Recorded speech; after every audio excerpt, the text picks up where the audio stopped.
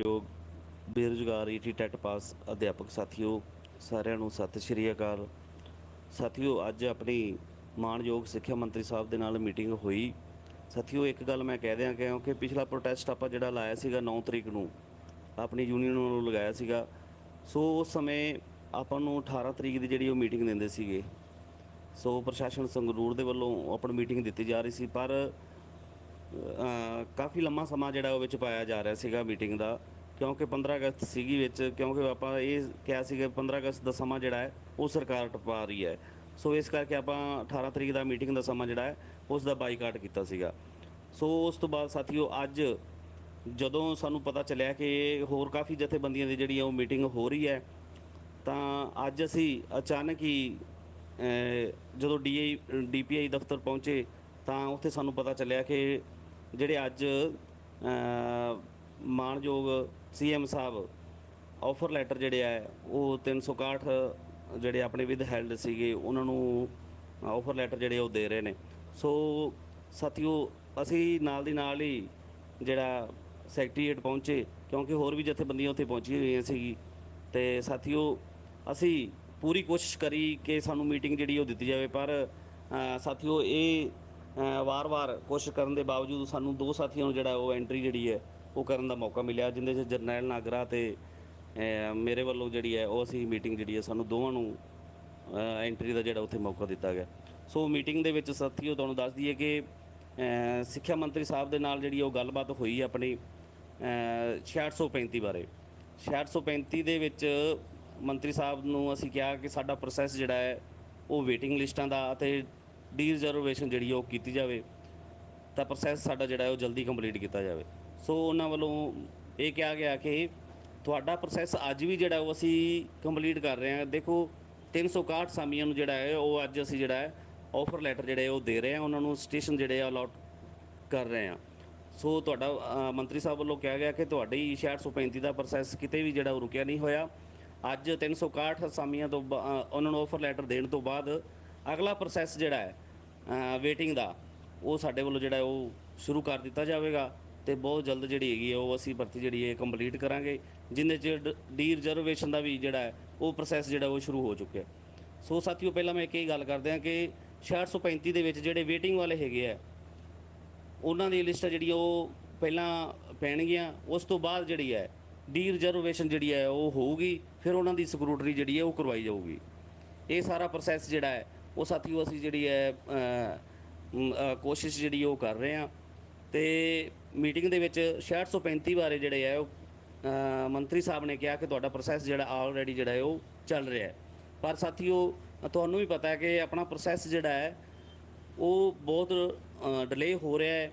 ਚਾਹੇ ਅੱਜ 361 ਸਾਮੀਆਂ ਜਿਹੜੀ ਆਪਣੀ ਹੈਗੀ ਸੀਗੀ ਈਟੀਟੀ ਵਾਲਿਆਂ ਨੂੰ ਵਿਦ ਹੈਲਡ ਸੀਗੀ, ਉਹਨਾਂ ਨੂੰ ਆਫਰ ਲੈਟਰ ਮਿਲ ਚੁੱਕੇ ਨੇ, ਪਰ ਤਕਰੀਬਨ 1.5 ਮਹੀਨੇ ਤੋਂ ਉੱਪਰ ਹੋ ਚੱਲਿਆ ਜਿਹੜੀ ਆਪਣੀ ਸੈਕਿੰਡ ਲਿਸਟ ਜਿਹੜੀ ਉਹ ਨਹੀਂ ਪਾਈ ਗਈ, ਕਿਉਂਕਿ 361 ਜਿਹੜੇ ਸੀਗੇ ਪਹਿਲੀ ਲਿਸਟ ਵਾਲੀ ਸੀਗੇ।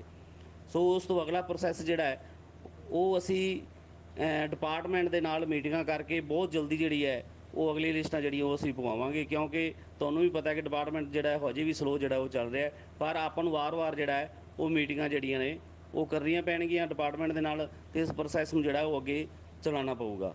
ਇਹ ਸਾਥੀਓ ਆਪਣੀ 6635 ਦੀ ਜਿਹੜੀ ਹੈ ਉਹ ਗੱਲਬਾਤ ਸੀ, ਇਹ ਹੋਈ ਹੈ ਮੰਤਰੀ ਸਾਹਿਬ ਦੇ ਨਾਲ, ਅਤੇ ਜੋ ਵੀ ਹੈ ਅਗਲਾ ਪ੍ਰੋਸੈਸ ਜਿਹੜਾ ਹੈ ਉਹ ਆਪਾਂ ਚਲਾਵਾਂਗੇ। ਇਹ 6635 ਦੀ ਜਿਹੜੀ ਹੈ ਉਹ ਆਪਣੀ ਗੱਲ ਸੀਗੀ। ਇਸ ਤੋਂ ਅੱਗੇ ਸਾਥੀਓ ਆਪਣੀ ਜਿਹੜੀ ਹੈ 2364 ਦੀ 2364 ਦੀ ਜਿਹੜੀ ਮੰਤਰੀ ਸਾਹਿਬ ਦੇ ਅੱਗੇ ਜਿਹੜੀ ਉਹ ਮੰਗ ਰੱਖੀ ਗਈ ਹੈ ਭਰਤੀ ਨੂੰ ਬਹਾਲ ਕਰਾਉਣ ਦੇ ਲਈ, ਕਿਉਂਕਿ 23 ਅਗਸਤ ਨੂੰ ਜਿਹੜੀ ਉਹ ਆਪਣੀ ਹੀਅਰਿੰਗ ਹੈ। ਸੋ ਜਦੋਂ ਅਸੀਂ ਇਹ ਮੰਗ ਰੱਖੀ ਮੰਤਰੀ ਸਾਹਿਬ ਦੇ ਅੱਗੇ, ਤਾਂ ਉਹਨਾਂ ਵੱਲੋਂ ਇਹ ਕਿਹਾ ਗਿਆ ਕਿ ਜਿਹੜੀ ਇਹ ਜੋ ਜਿਹੜਾ ਐਫੀਡੇਵਿਟ ਦੇਣਾ ਹੈ ਉਹ ਮੇਰੇ ਵੱਲੋਂ ਜਿਹੜਾ ਹੈ ਉਹ ਕੰਪਲੀਟ ਹੈ। ਮੈਂ ਅਫਸਰਸ਼ਾਹੀ ਨੂੰ ਕਹਿ ਚੁੱਕਿਆ, ਅਤੇ ਇਹ ਕੰਮ ਜਿਹੜਾ ਹੈਗਾ ਹੈ ਉਹ ਅਫਸਰਸ਼ਾਹੀ ਦਾ ਹੈ। ਜੋ ਡਿਪਾਰਟਮੈਂਟ ਦੇ ਵੱਲੋਂ ਜੱਜ ਸਾਹਿਬ ਨੇ ਐਫੀਡੇਵਿਟ ਮੰਗਿਆ ਹੈ, ਹੁਣ ਇਸ ਦਾ ਜਿਹੜਾ ਜਵਾਬ ਹੈ ਉਹ ਅਫਸਰ ਜਿਹੜੇ ਹੈ ਸਾਡੇ ਐਜੂਕੇਸ਼ਨ ਰਿਲੇਟਡ ਜੋ ਅਫਸਰ ਹੈ ਉਹਨਾਂ ਨੇ ਇਸ ਦਾ ਜਿਹੜਾ ਹੈ ਉਹ ਜਵਾਬ ਦੇਣਾ। ਮੇਰਾ ਇਸ ਦੇ ਵਿੱਚ ਕੋਈ ਵੀ ਜਿਹੜਾ ਹੈ ਇਨਵੋਲਵ ਜਿਹੜਾ ਉਹ ਮੈਂ ਨਹੀਂ ਹੈਗਾ। ਇਸ ਦਾ ਜਵਾਬ ਜਿਹੜਾ ਹੈ ਉਹ ਅਫਸਰ ਜਿਹੜੇ ਹੈਗੇ ਆ ਐਜੂਕੇਸ਼ਨ ਡਿਪਾਰਟਮੈਂਟ ਦੇ ਉਹੀ ਦੇਣਗੇ। ਸੋ ਉਸ ਤੋਂ ਬਾਅਦ ਸਾਥੀਓ ਆਪਣੀ ਜਿਹੜੀ ਗੱਲ 5994 ਦੇ ਪੋਰਟਲ ਦੀ ਹੋਈ ਸੀਗੀ, 5994 ਦਾ ਪੋਰਟਲ ਜਿਹੜਾ ਹੈ ਮੰਤਰੀ ਸਾਹਿਬ ਦੇ ਵੱਲੋਂ ਕਿਹਾ ਗਿਆ ਕਿ ਅਸੀਂ ਉਸ ਦੇ ਲਈ ਬਹੁਤ ਹੀ ਜਲਦੀ ਜਿਹੜੀ ਹੈ ਉਹ ਅਸੀਂ ਪੋਰਟਲ ਖੋਲ੍ਹਣ ਦੀ ਜਿਹੜੀ ਹੈ ਕੋਸ਼ਿਸ਼ ਜਿਹੜੀ ਉਹ ਕਰ ਰਹੇ ਹਾਂ ਤੇ ਪੂਰੀ ਕੋਸ਼ਿਸ਼ ਹੈ ਵੀ ਥੋੜ੍ਹੇ ਸਮੇਂ ਦੇ ਵਿੱਚ ਹੀ ਜਿਹੜਾ ਹੈ ਅਸੀਂ 5994 ਦਾ ਜਿਹੜਾ ਪੋਰਟਲ ਜਿਹੜਾ ਉਹ ਓਪਨ ਕਰਾਂਗੇ। ਲਗਭਗ ਸਾਥੀਓ ਆਪਾਂ ਮੰਨ ਲਈਏ ਕਿ ਅਗਸਤ ਦੇ ਐਂਡ ਤੱਕ ਜਿਹੜਾ ਹੈ ਉਹ ਆਪਣਾ ਪੋਰਟਲ ਓਪਨ ਹੋਣ ਦੀ ਜਿਹੜੀ ਉਮੀਦ ਹੈ, ਜਿਸ ਹਿਸਾਬ ਨਾਲ ਮੰਤਰੀ ਸਾਹਿਬ ਨੇ ਜਿਹੜੀ ਉਹ ਗੱਲ ਕਰੀ ਹੈ। ਸੋ ਇਹ ਸਾਥੀਓ ਜਿਹੜੀ ਆਪਣੀ 6635 2364 ਦੀ ਔਰ 5994 ਦੀ ਜਿਹੜੀ ਹੈ ਇਹ ਜਿਹੜੀ ਉਹ ਆਪਣੀ ਗੱਲਬਾਤ ਜਿਹੜੀ ਉਹ ਹੋਈ ਹੈ।